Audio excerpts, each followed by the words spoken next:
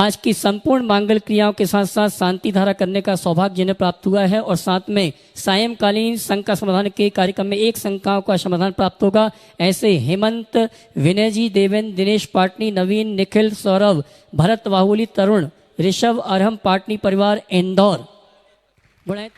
और आइए इसी क्रम में इस चातुर्मास के नवरत्नों में से एक रत्न श्री योगेंद्र जी सेट्टी परिवार से, आनंद भवन से श्री अरुण जी, अरविंद जी, अमरीश जी, सुशील जी सेट्टी परिवार, श्रीमणी संरक्षक गुणायतन परिवार। और इसी क्रम में हमारे चातुर्मास की यजमान श्रीमान स्वर्गीय कैलाश चंद जी की धर्मपत्नी श्रीमती बिमला जी परिवार के हमारे मुकेश जी, चंदना जी, विजय जी, ममता जी और संजय ज्योति परिवार, श्रीमणी संरक्षक गुणायतन। आइए मांगलिक क्रियाओं के अंतर्गत चित्रावण दीप प्रजन के पश्चात मैं सम्मान सहित आमंत्रित करूंगा परिवार को ब्याह परम पूज मुनिवर के कर कमलों में शास्त्र भेंट करने का कार्यक्रम संपन्न करेंगे। तीनों परिवार के लिए एक एक शास्त्र दे दें। पहले मैं आज के मांगलिक क्रिया पुण्याजक परिवार श्रीमान सबसे पहले हेमंत किरण पाटनी पूरा परिवार आए, जिन्होंने आज की संपूर्ण मांगलिक क्रिया के साथ साथ शांति धारा करने का। पहले पाटनी परिवार आ जावे शास्त्र भेंट करने के लिए। एक ही शास्त्र लेके आओ ना, पाटनी परिवार पूरा एक ही शास्त्र में काम हो जाएगा। आइए आ जाइए। इसी क्रम में मैं आमंत्रित करूंगा हमारे और पाटनी परिवार, हेमंत जी पाटनी परिवार यहां से आ जाएं, इस तरफ आ जाएं। और अगले पुण्यार्जक को आमंत्रित करूंगा योगेंद्र जी को। इस चातुर्मास के नवरत्नों में से एक रत्न श्री योगेंद्र जी, अरुण जी, अरविंद जी, अमरीश जी, सुशील जी सेट्टी परिवार, आनंद भाव पूरा परिवार आ जावे। परम पूज मुनिवर के कर कमलों में शास्त्र भेंट करने का कार्यक्रम संपन्न करेंगे। और आज के मांगलिक क्रिया पुण्याजक परिवार पाटनी परिवार आ जावे पात्र प्रक्षालन विधि संपन्न करने के लिए। आइए पात्र प्रक्षालन पाटनी परिवार पूरा जावे पात्र प्रक्षालन विधि संपन्न करने के लिए। सेट्टी परिवार शास्त्र भेंट कर रहा है। और इसी क्रम में मैं चातुर्मास के यजमान श्रीमती बिमला देवी परिवार से मुकेश जी, विजय जी और संजय जी परिवार को आमंत्रित करूंगा परम पूज मुनिवर के कर कमलों में शास्त्र भेंट करने के लिए। तेरे चरणों की धूल बाबा चंदने गुलाल बने, जिसने भी लगाई मस्तक उसकी तकदीर बने। सेट्टी परिवार अभी वहीं रहेंगे, सेट्टी परिवार वहीं रहे, पाटनी परिवार नीचे उतर जाए, उसके पश्चात आप आएंगे।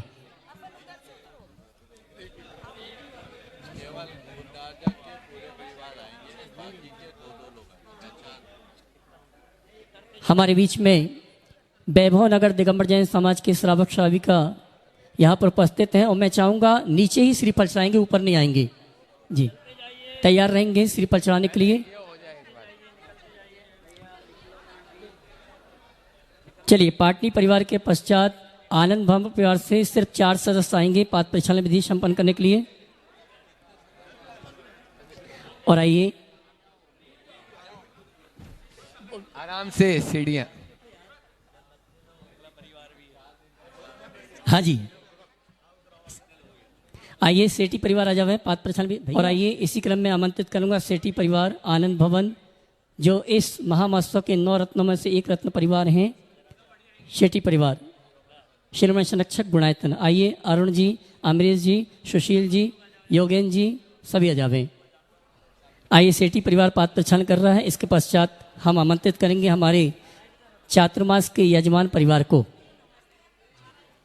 हो गया सेट्टी परिवार सबने कर लिया। आइए सेट्टी परिवार के पश्चात अब आमंत्रित करेंगे हमारे चातुर्मास महामहोत्सव के मुख्य यजमान स्वर्गीय कैलाश चंद जी परिवार की श्रीमती बिमला देवी और उनके परिवार के मुकेश जी, विजय जी, संजय जी, चंदनवाला, ममता और ज्योति। और मैं निवेदन करना चाहूँगा वैभव नगर दिगंबर जैन समाज श्रावक श्राविका उपस्थित हुए हैं। इनकी भावना है कि परम पूज मुनिवर के सानिध्य में आगामी अष्टानिका में सिद्ध चक्र महामंडल विधान की आराधना हमारे मंदिर के पास वो निवेदन करने आ रहे हैं। और मैं उनके 2 सदस्यों को अध्यक्ष और मंत्री, सिर्फ अध्यक्ष मंत्री 2 लोग आएंगे, ये आएंगे, बाकी नीचे रहेंगे प्लीज, 3 नहीं, भाई साहब से 2 लोग आएंगे। अध्यक्ष मंत्री आए, परम पूज्य मुनिवर के श्रीचरण में भाई श्रीफल चढ़ा के निवेदन कर रहे हैं कि चातुर्मास के पश्चात जो आपके सानिध्य में अष्टानिका में सिद्धि चक्र महामंडल विधान में सिद्धों की आराधना होना है, उसके लिए हमारे मंदिर के आसपास के परिसर में आपका सानिध्य प्राप्त हो। इसी क्रम में मैं आमंत्रित करूंगा शुभम सोनम जैन, सुकी सिवनिया भोपाल। शुभम सोनम जैन, हाँ जी, शुभम सोमन जैन, सुकी सिवनिया भोपाल। इसी क्रम में हमारे गुणायतन ट्रस्टी मोनू भैया जो कि कटनी से हमारे बीच उपस्थित हैं, मैं चाहूँगा वे भी आए, परम पूज्य मुनिवर के श्री चरण मनमान करते हुए गुरु वंदना का सौभाग्य प्राप्त करें।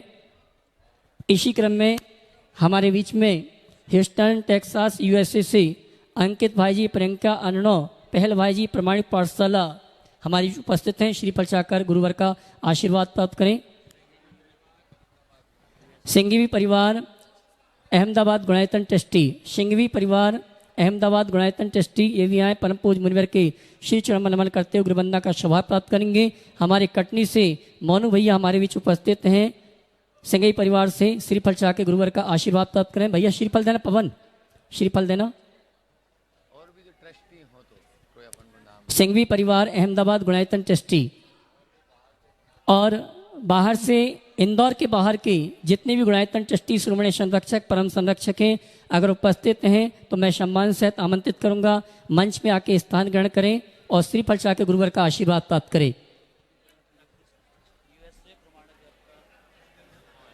सुशीला देवी शांतिलाल जी चंदावत, लोकेश शांतिलाल जी चंदावत जो कि हमारे बीच नागपुर से उपस्थित हैं, श्रीफल चाह के गुरुवर का आशीर्वाद प्राप्त करें।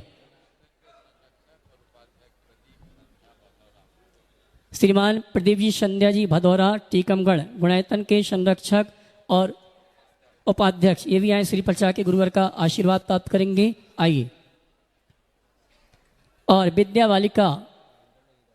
विद्या बालिका मंडल इंदौर की जो भी टीचर्स जो भी बहनें अगर उपस्थित हैं तो गुरुवर के श्री चरण में नमन करते हुए आशीर्वाद प्राप्त करेंगी। भैया और आइए चलते हैं, समय हो चुका मंगल प्रवचन मंगल उद्बोधन का।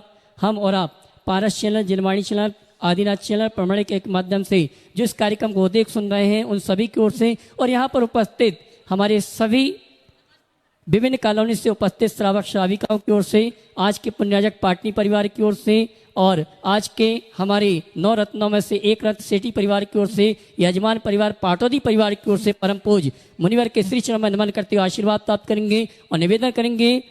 मंगल प्रवचन के लिए दोनों हाथ जोड़ लेंगे, बोलेंगे हे मुनिवर नमोस्तु नमोस्तु नमोस्तु।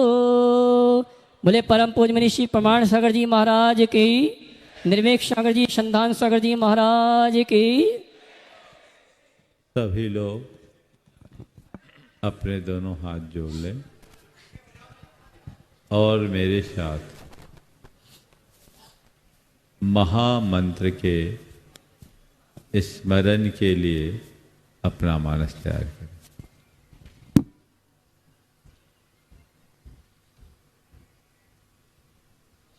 सभी लोग हाथ जोड़ें। नमो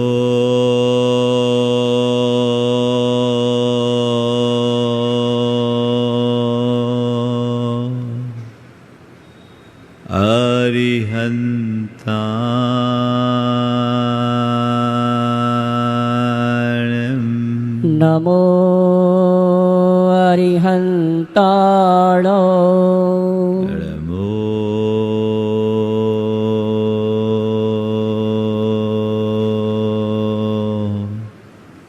सिद्धाण, नमो सिद्धाण,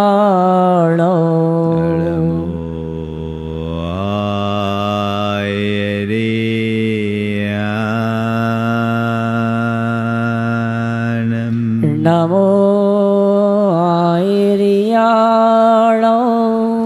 नमो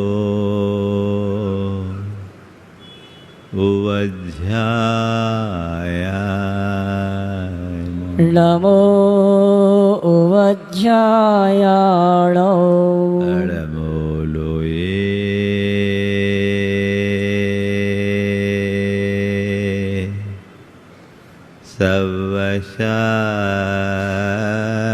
सवशाहुनम लाओ लोए सब साहुणो एसो पंचेण मोयारो ऐसो पंच नमो यारो सवपाव पणाशनो सब पाव प्रणाशिनो मंगलालम च सवेसिम मंगलाणं चेशवेश्यं परमं होय मंगलम। परमं होय मंगलम्। जय बोलो देवादिदेव 1008 श्री भगवान महावीर स्वामी की जय जय जय अहिंसा परमो धर्म की जय जय जय। परम पूज आचार्य गुरुवर श्री विद्यासागर जी महाराज। जय जय जय। बोले परम पूज मनीषी प्रमाण सागर जी महाराज की। एक बार किसी संत से किसी ने सवाल किया, आपने तमीज कहाँ से सीखी? आपने तमीज कहाँ से सीखी? संत ने जवाब दिया, बदतमीजों से। सवाल किया, आपने तमीज कहाँ से सीखी? जवाब मिला, बदतमीजों से। सामने वाला हैरान रह गया कि आखिर बदतमीजों से भी तमीज कैसे सीखी? उन्होंने कहा, मैंने बदतमीजों के बर्ताव को देखा और उससे परहेज किया, नतीजतन मैंने तमीज सीख ली। अगर मनुष्य के पास सही दृष्टि हो तो वह बदतमीजों से भी तमीज सीख सकता है। मैं और कुछ नहीं चाहता, मैं भी यही चाहता हूं कि बदतमीजों की इस बस्ती में रहते हुए हम तमीज सीखने की कला सीख लें। इसके लिए एक ही आवश्यकता और अपेक्षा है, वह है अपने दृष्टि को बदलने की, अपने सोच को बदलने की। चीजों को देखने का नजरिया जब तक नहीं बदलता तब तक हमारा जीवन व्यवस्थित नहीं होता। आज जिन बातों को लेकर आप अशांत और उद्वेलित होते हैं, उसी सिचुएशन में आप बहुत सहज और शांत भी रह सकते हैं यदि आपके सोचने का तौर तरीका सही हो जाए। मैं बात आप सबसे कल कर रहा था कि प्रशंसा, प्रतिस्पर्धा, प्रतियोगिता और प्रतिद्वंद्विता हमारे जीवन को बहुत ज़्यादा दुखी बनाने वाले कारण हैं। प्रशंसा की बात आप सबसे कल हुई। आज शेष बातों को मैं आपके बीच रख रहा हूं। प्रतिस्पर्धा आज हर मनुष्य के मानस में है और दूसरा शब्द है प्रतियोगिता। पूरा जीवन ही इस तरह का है। प्रतिस्पर्धा एक अंधी दौड़ है और प्रतियोगिता एक प्रकार की होड़ है। इस होड़ और दौड़ में मनुष्य अपना सारा जीवन व्यर्थ खपा रहा है। संत कहते हैं, हमारे जीवन में गति होनी चाहिए, प्रगति होनी चाहिए, लेकिन प्रतिस्पर्धा और प्रतियोगिता नहीं होनी चाहिए। हम प्रोग्रेसिव बने पर कॉम्पिटिटिव ना बने। अगर आपकी सोच कॉम्पिटिटिव है तो आपके मन में केवल प्रतिस्पर्धा होगी या प्रतियोगिता होगी। आप प्रतिस्पर्धी बनेंगे या प्रतियोगी बनेंगे। और यदि आपकी सोच प्रोग्रेसिव होगी तो आप आगे बढ़ोगे, प्रतियोगी नहीं सहयोगी बनोगे। स्पर्धा अच्छी चीज नहीं है और प्रतिस्पर्धा और खराब है। आपने किसी तालाब में देखा होगा, एक मछली दूसरी मछली को क्रॉस करके आगे बढ़ती है। पहले की मछली को उससे कोई फर्क नहीं पड़ता, वो बेखबर रहती। और जिस मछली ने उसे क्रॉस किया है उसके लिए भी पहली वाली मछली टारगेट नहीं होती। वो अपनी गति से और यह अपनी गति से, अपनी गति से आगे बढ़ना प्रगति है और किसी की गति को देखकर भागना प्रतिस्पर्धा, और उसे पीछे करने का प्रयत्न करना प्रतियोगिता।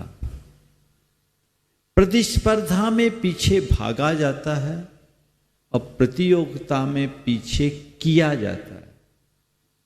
किसी के पीछे भागना भी ठीक नहीं और किसी को पीछे करने का प्रयत्न करना भी ठीक नहीं है।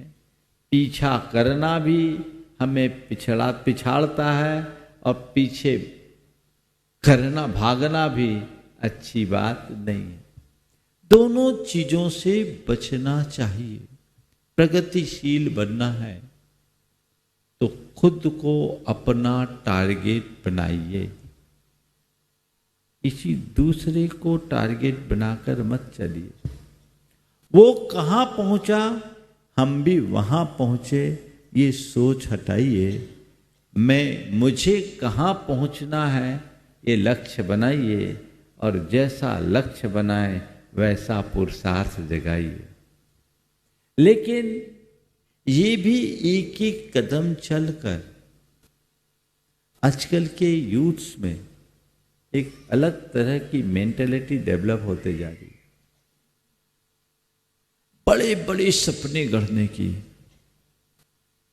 और सब कुछ इंस्टेंट पाने की।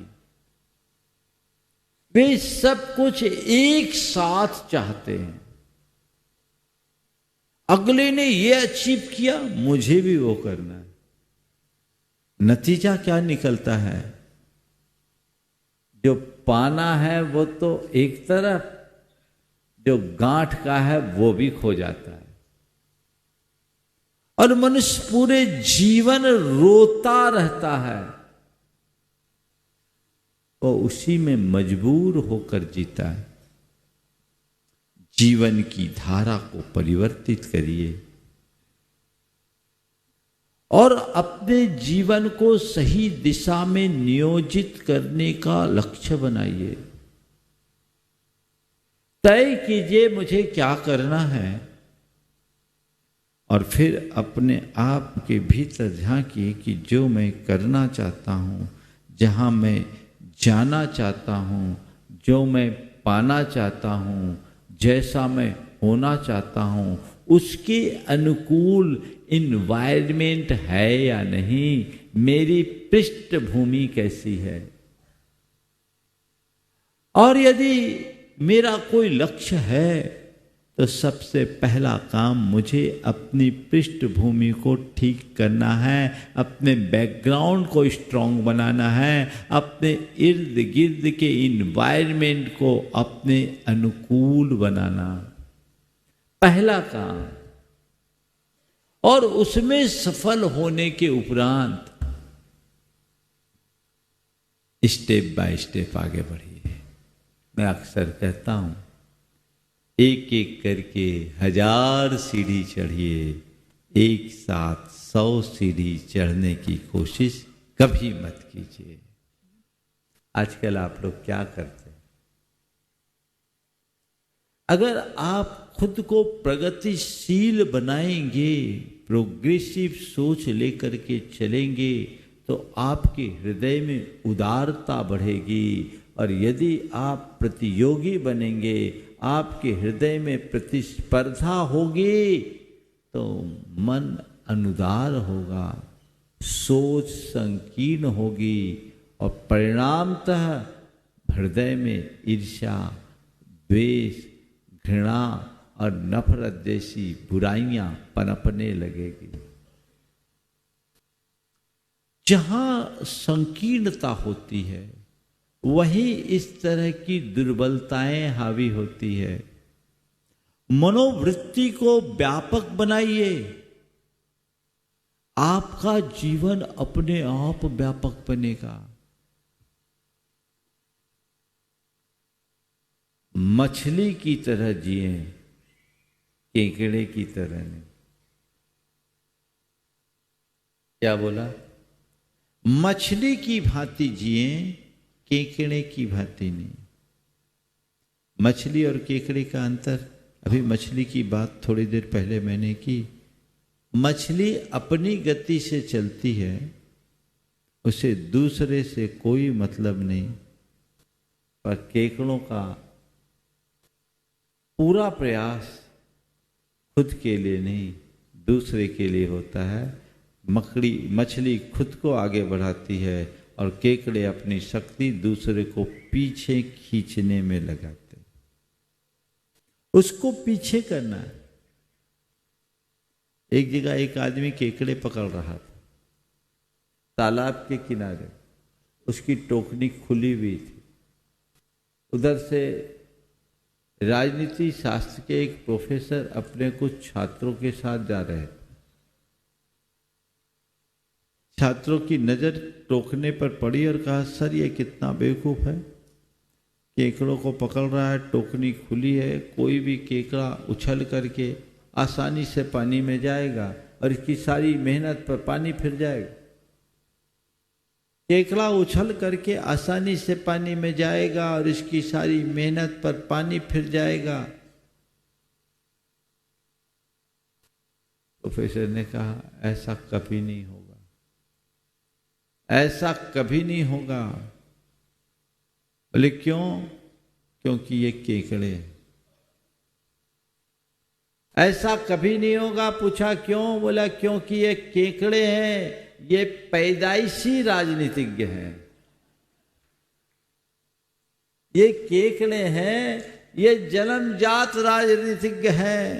एक जाने की कोशिश करेगा, 4 उसके टांग खींचेंगे, ये आगे बढ़ ही नहीं पाएगा।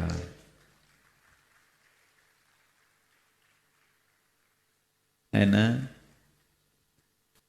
आजकल केकड़े की वृत्ति के लोगों का बाहुल्य दिखता है। बस हमें क्या करना है? अपनी सोच को केकड़े की जगह मछली जैसा बनाना। मछली जैसी सोच यदि अंतर मन में विकसित हो गई, तो हमारे जीवन का काया पलट, सब कुछ सहज घटित होगा। जीवन में एक अलग प्रकार की रसानुभूति होगी, आनंद का अनुभव होगा। तो हमें अपने अंदर देखना है कि मेरी मानसिकता क्या है। मैं प्रोग्रेसिव बनने के लिए तत्पर हूं या कॉम्पिटिटिव बना हुआ हूं। और फिर जब हम किसी से कंपटीशन करते हैं, तो हमारी शक्ति नकारात्मक दिशा में लगती है। जितनी शक्ति स्वयं की प्रगति में लगनी चाहिए, उससे कहीं ज्यादा सामने वाले को समझने में लगा देते हैं। मुझे क्या करना है ये देखो ना, वो क्या कर रहा है ये क्यों देख रहे हो? बोलो, क्या करते हो आप लोग? मुझे क्या करना है ये देखते हो या सामने वाला क्या कर रहा है ये देखते हो? बोलो, है ना? मुझे क्या करना है ये देखने वाला प्रगति करता है और सामने वाला क्या कर रहा है ये देखने वाला पिछड़ जाता है। क्या चाहिए, प्रगति या पिछड़ापन? बोलो, हाँ? करते क्या हो? हाँ? चाहते 1 नंबर और काम 2 नंबर, है ना? 1 नंबर चाहोगे और 2 नंबर का काम करोगे तो 2 नंबर ही बने रह जाओगे। आप कहोगे महाराज जमाना बदल गया, अभी तो 2 नंबरियों का ही दौर है। ध्यान रखना, 2 नंबरी का भी दौर तभी तक चलेगा जब तक दुनिया में वो 1 नंबरी बना रहेगा। सोच को ठीक बनाने की जरूरत है। लक्ष्य बनाएं, पुरुषार्थ जगाएं। पहला लक्ष्य, मनुष्य भौतिक लक्ष्य तो बहुत आसानी से बना लेता है, रोज लक्ष्य बनाता है, रोज उसे अचीव भी करता है और नए लक्ष्य बनाता है, पुराने लक्ष्यों को बदलता भी जाता है। लेकिन मैं आप सबसे कहता हूं, सबसे पहला लक्ष्य अपने जीवन को सदा बहार प्रसन्न बनाए रखने का रखिए। मैं सुखी, संतुष्ट, खुश और प्रसन्न रह सकूं, ये मेरा पहला लक्ष्य होना चाहिए। होना चाहिए कि नहीं? बोलो, हाँ? है ना? अब आप बताइए, आपने ऐसा लक्ष्य बनाया है कि नहीं? नहीं ना? और मुझे पता है बनाओगे भी नहीं, बनाने की कोई तैयारी नहीं, क्योंकि आपके जीवन की शुरुआत से ही आपको ऐसा प्रशिक्षण मिला है, बेटा अच्छे से पढ़ाई करना है, क्लास में नंबर 1 होना है, अच्छी रैंक आना है ना? अच्छी रैंक करके अच्छे स्कूल में भर्ती होना, अच्छे से अच्छे स्कूल में भर्ती होना है, अच्छे से अच्छे कॉलेज में जाना है, अच्छे से अच्छी एजुकेशन लेना है ना? अच्छे से अच्छा कपड़ा पहनना है, अच्छे से अच्छी गाड़ी रखनी है, अच्छे से अच्छे सब चीज़ें अच्छी से अच्छी करनी है और पढ़ लिख कर अच्छी से अच्छी नौकरी पाना है, अच्छे से अच्छा पैकेज पाना है, फिर अच्छी से अच्छी लड़की ढूंढनी है, अच्छे से अच्छी शादी करनी है, अच्छा से अच्छा घर बनाना है, अच्छे से अच्छी गाड़ी रखनी है, अच्छे से अच्छा अपना स्टेटस बनाना है। लेकिन इन सब के साथ कभी ये सोचा कि मुझे अच्छे से अच्छा जीवन जीना है? कभी किसी ने सोचा? बोलो, बुनियादी फर्क है ये, बुनियादी भूल है ये। शुरुआत से ही सब बातें जिन्हें उल्टी सिखाई जाए उनकी जिंदगी भला सीधी होगी कैसे? पट्टी ही उल्टी पढ़ाई गई है। बोलो, वर्षों से जो उल्टी पट्टी पढ़े हुए हो उनको 4 महीने में सीधा करना बड़ी टेढ़ी खीर है ना? है कि नहीं? पर चिंता मत करो, टेढ़ी खीर अंधों के लिए है, आंख वालों के लिए नहीं। क्या बोल रहा हूं? टेढ़ी खीर अंधों के लिए है, और अगर अंधे बने रहोगे तो टेढ़ी खीर बनी रहेगी, और आंख खोल लोगे तो टेढ़ी खीर भी सीधी हो जाएगी। पता है खीर टेढ़ी कब हुई? पता है? बता दूं? इसका रहस्य मालूम? आप लोगों को नहीं मालूम। एक बार एक अंधा एक पंगत में गया, उस पंगत में खीर बनी थी, और जैसे ही उसे खीर ग्रहण करने का निवेदन किया गया, तो अंधे ने पूछा भैया ये खीर क्या होता है? कभी उसने खाया नहीं, चखा नहीं, और देखने का तो सवाल ही नहीं। पूछा ये खीर क्या होता है? तो कहने वालों ने कहा खीर सफेद होता है। सफेद कैसा होता है? बोले खीर कैसी होती है? बोले मीठी होती। मीठी तो बहुत सारी चीजें होती है, मीठी में कैसे होते? बोले सफेद होती है। बोले सफेद कैसा होता है? सफेद भी बहुत चीजें होती है, अब अंधा सफेद देखे तब तो।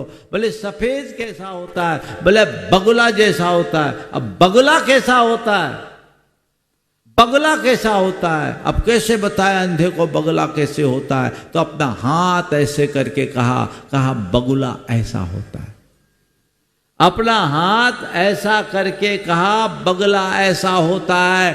अंधे ने हाथ पर हाथ फेरा, बोला रे ये तो टेढ़ा है, खीर टेढ़ी है, मुझे नहीं खाना। तब से खीर टेढ़ी हो गई। वो अंधा तो था ही, पर उसको समझाने वाला और बड़ा अंधा था।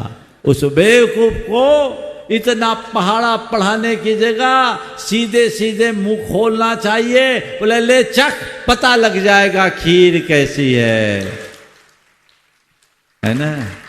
तो मैं आपको खीर की परिभाषा बताना नहीं चाहता, खीर का स्वाद चखाना चाहता हूं। और स्वाद अगर एक बार लग गया, जीवन का काया पलट है। आंखें खोलिए, दृष्टि बदलिए, जिस पल आप सोच लोगे जीवन बदल जाएगा। अभी मैं एक उदाहरण आपको देता हूं, कैसे व्यक्ति की सोच के परिवर्तन से जीवन धारा बदलती है। अभी जिस प्रोग्राम से मैं चल रहा हूं, आहार का जो प्रोग्राम चल रहा है, इस प्रोग्राम में खाना पीना बिल्कुल छूट जाता है, कुछ भी नहीं होता, और व्यक्ति बहुत अच्छा महसूस करता है। मैं अपनी बात कहता हूं, आप लोगों की चिंता को खत्म करने के लिए मैं पहले से बहुत बेहतर महसूस कर रहा हूं।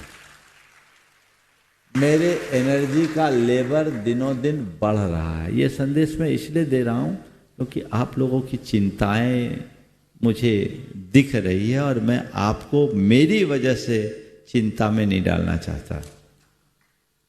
मैं बहुत बेहतर महसूस कर रहा हूं। जब मैंने बात की कि जो इस तरह के प्रोग्राम करते हैं, प्रोग्राम पूरा होने के बाद खाने पीने की इच्छा बहुत सीमित हो जाती, मैंने कहा आम जनों में क्या होता है, उनके मन में कभी चाट पकौड़े खाने की इच्छा नहीं होती। इस कोर्स को करने के बाद, मैं तो अंतिम चरण में हूं, उनकी जो रूटीन लाइफ है खाने पीने के संदर्भ में एकदम बदल जाती। तो आम जनों के मन में कभी चाट पकौड़े खाने की इच्छा नहीं होती। मुझे बताया, बोले महाराज श्री, माइंडसेट ऐसा बन जाता है कि उनकी सारी चाह ही खत्म हो जाती। इसमें वे लोग भी शामिल हैं जो कभी शराब पीते थे, वे लोग भी शामिल हैं जो रोज चाय पीते थे। सब छूट जाता है। क्यों छूट गया? माइंड सेट बदल गया।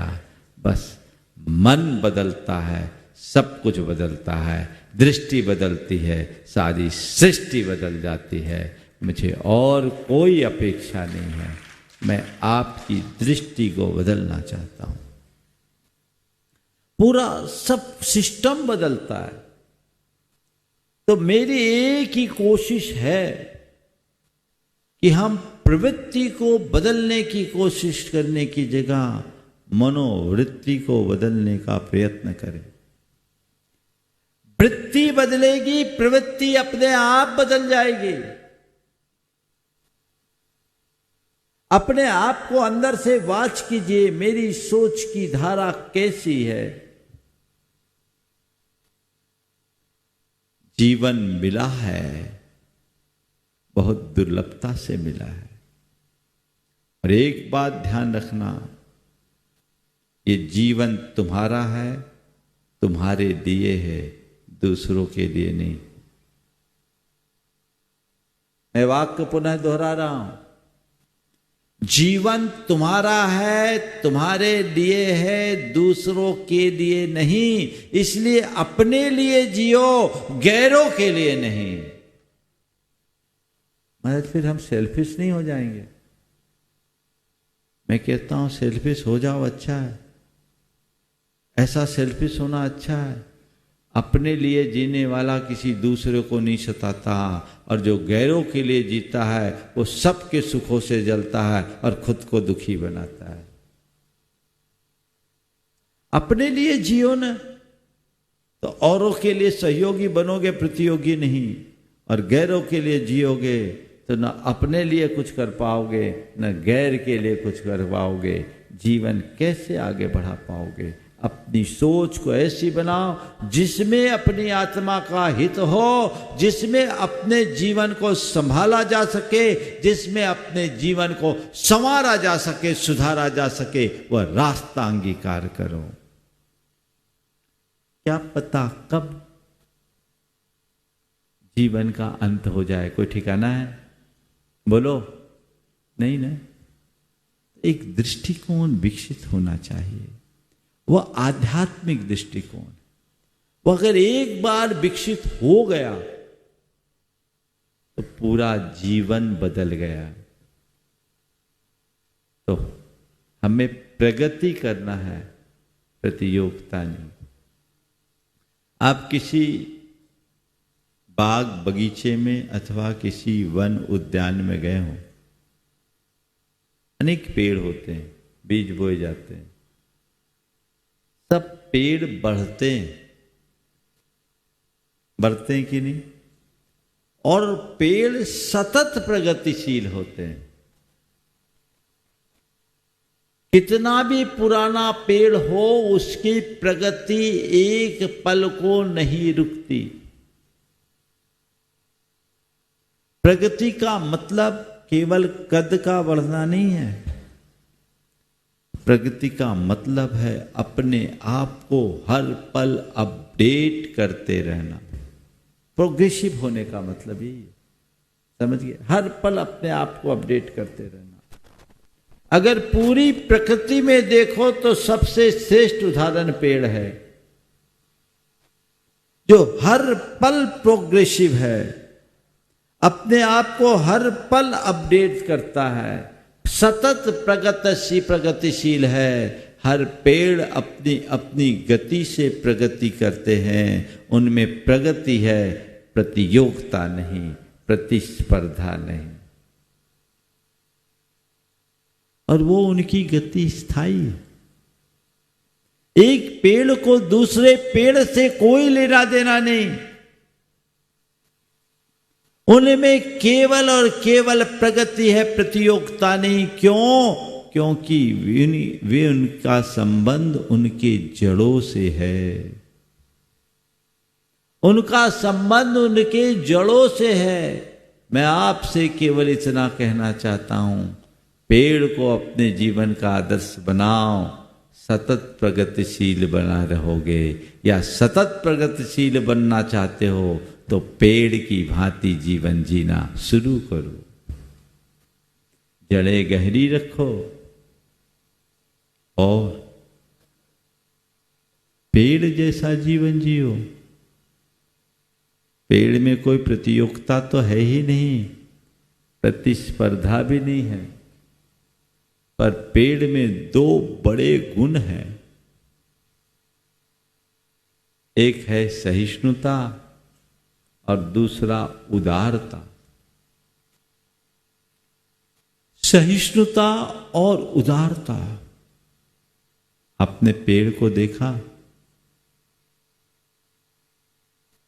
सर्दी, गर्मी, बरसात, आंधी, पानी, तूफान, तेज लू हिमानी हवाएं सबको सहज भाव से झेलता है कि नहीं।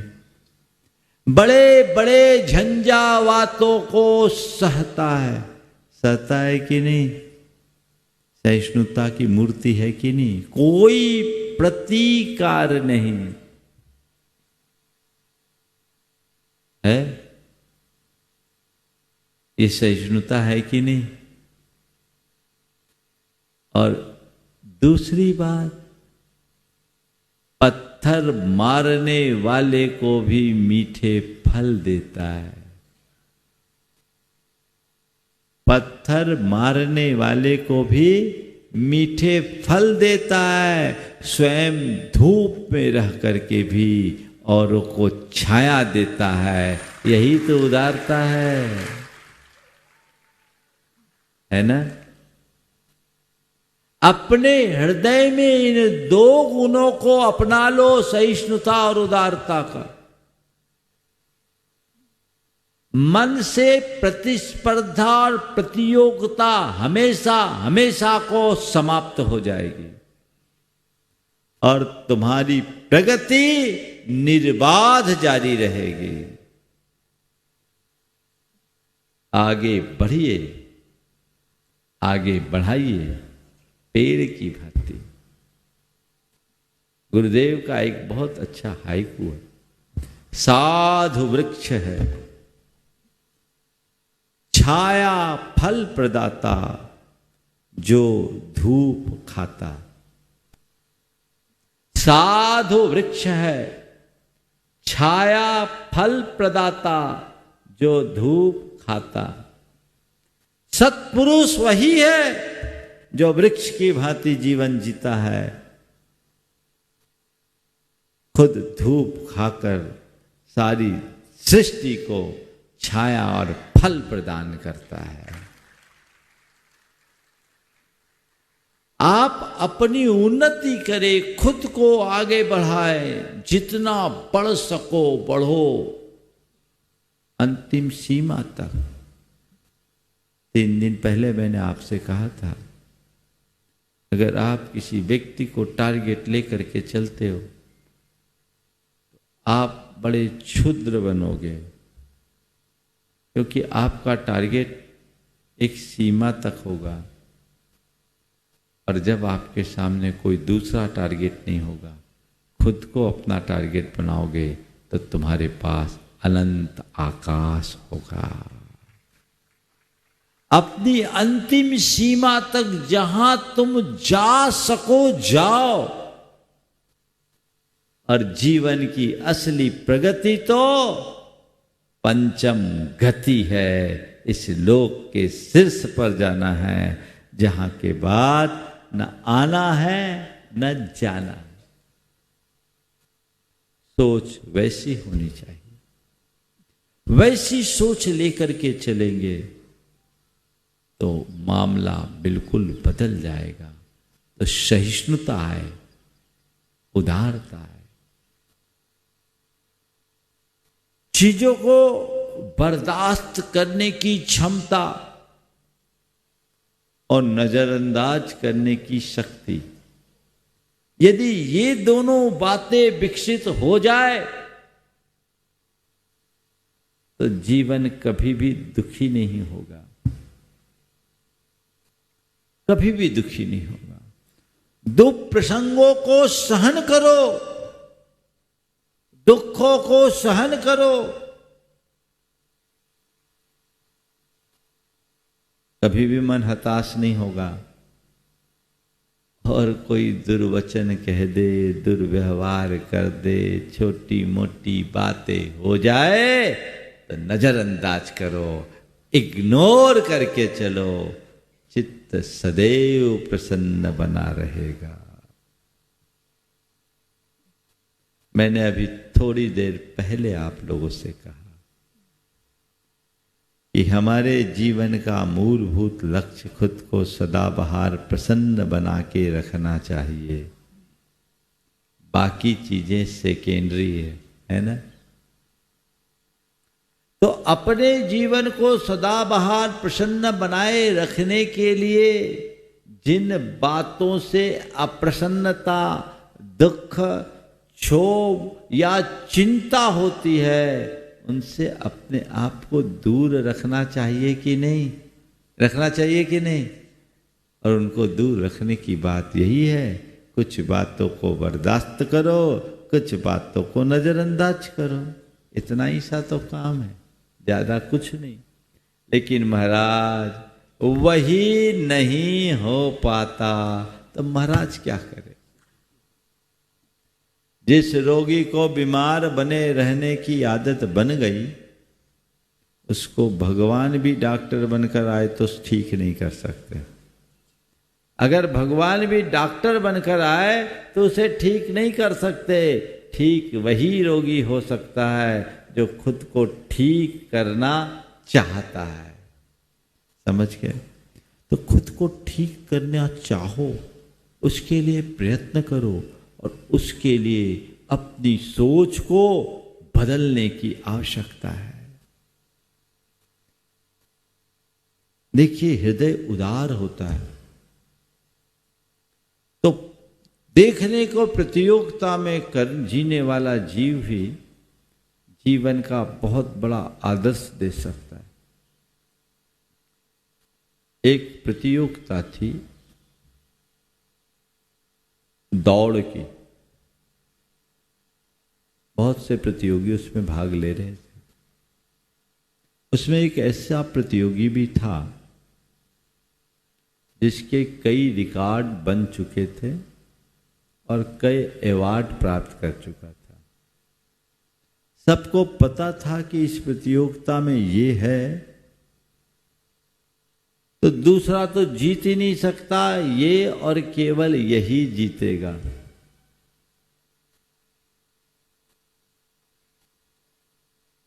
हजारों दर्शक थे। प्रतियोगिता के दिन जब दौड़ चली तो वह व्यक्ति 5 सेकेंड पीछे रह गया। 5 सेकेंड पीछे रह गया और उसके बाद का जो व्यक्ति था उसे विजयी घोषित किया गया और उस दौड़ में 5 लाख रुपए का पुरस्कार था, उसे दे दिया गया।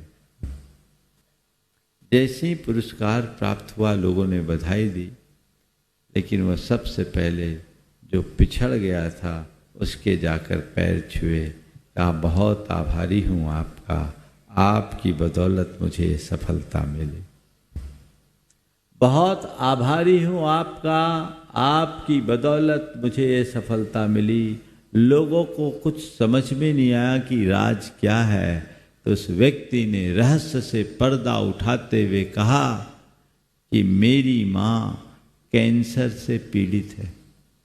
जो विजयी व्यक्ति था उसने कहा मेरी माँ कैंसर से पीड़ित है, उसके इलाज के लिए 5 लाख रुपए की जरूरत थी। यद्यपि मैं खिलाड़ी हूँ पर मेरे लिए 5 लाख रुपया जोड़ना बहुत कठिन था। सोचा ये प्रतियोगिता है, अगर मैं इसमें एक प्रयास कर लूँ तो मुझे सफलता मिल सकती है, लेकिन मुझे लग रहा था इनके सामने तो जीत पाना संभव है। इन्हें मैंने अपनी बात बताई, इनने मुझे उसी क्षण आश्वस्त किया कि तेरी माँ की चिकित्सा में कोई कमी नहीं होगी, तेरी माँ की चिकित्सा में कोई कमी नहीं होगी। मैंने इनसे इस बात के सहयोग की अपेक्षा से मिला था कि मुझे 5 लाख में कुछ रुपयों का सहयोग करेंगे, लेकिन इन्होंने मुझे जो सहयोग किया वो जीवन भर के लिए मुझे एहसान मंद बना दिया। उस व्यक्ति ने कहा कि मैं रुपयों का सहयोग करता तो इसके स्वाभिमान में कमी होती। मैंने सोचा अगर माँ की चिकित्सा में सहयोगी बनना है तो इसका श्रेष्ठ उपाय यही है, यदि मैं 2 कदम पीछे रहूँगा तो ये 4 कदम आगे निकलेगा, इसका जीवन आगे बढ़ जाए। कितनी बड़ी सोच है। उसने कहा कि मेरे अवार्ड से ज्यादा मूल्यवान इसकी मां का स्वास्थ्य था। लोगों ने जब ये सुना तो उसे उठाकर सिर पर बिठा दिया, कहा तुमने आज जो आदर्श उपस्थित किया है इसको बड़े से बड़े अवार्ड से भी नहीं नापा जा सकता। सब लोग उसकी इस सहयोग मूलक सोच की भूरी भूरी प्रशंसा कर बैठे, सराहना कर बैठे। मेरे 2 कदम पीछे रहने से यदि कोई 4 कदम आगे बढ़ता है तो मुझे इसकी खुशी है। आप ऐसी सोच अपने अंदर रख सकते हैं? मेरे 2 कदम पीछे होने से कोई 4 कदम आगे बढ़ जाए इसकी खुशी तो दूर, कोई मुझसे 1 कदम आगे निकल जाए तो तकलीफ है ना। ये उखाड़ पछाड़ कब तक? दिशा बदलिए, दृष्टि बदलिए, तब जीवन बदलेगा। आज के प्रवचन का एक ही पाठ है, मुझे प्रगतिशील बनना है, प्रतियोगी नहीं, प्रतिस्पर्धी नहीं। और जो प्रतियोगी नहीं बनेगा, प्रतिस्पर्धी होने से बचेगा, उसके हृदय में कभी प्रतिद्वंदता नहीं होगी, कोई उसका प्रतिद्वंदी नहीं होगा। किसको अपना प्रतिद्वंदी मानते हो? जिसके प्रति मन में ईर्ष्या होती, जिसके प्रति मन में द्वेष होता है, उसको आप अपना प्रतिद्वंदी बनाते हो। अरे भाई, जब मन में द्वंद ही नहीं तो प्रतिद्वंदी कहां? और जिसके मन में द्वंद नहीं उसके दिल में हर पल आनंद आनंद और आनंद रहता है। चाहते हो आनंद? द्वंद से मुक्त हो। प्रतिद्वंदी को अपने सामने मत रखो। मेरा कोई दुश्मन नहीं, मेरा कोई विरोधी नहीं, मेरा कोई प्रतिद्वंदी नहीं। क्यों? क्योंकि मैं दूसरों की तरफ देखता ही नहीं, मैं केवल अपनी तरफ देखता हूं, मैं केवल अपनी प्रगति को देखता हूं।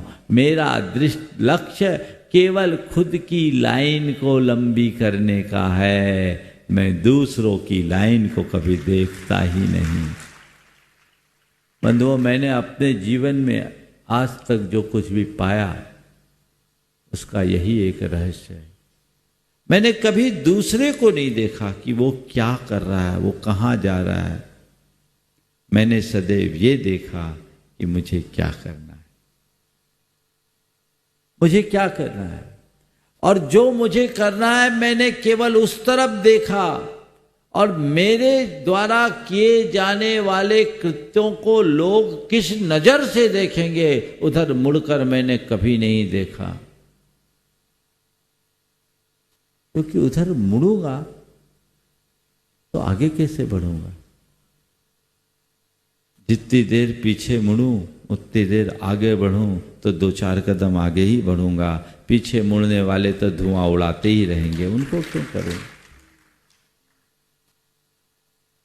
पीछे ना देखो, ना ही पिछलग्गू बनो, सही क्या देखो। ये गुरुदेव का हाइकू।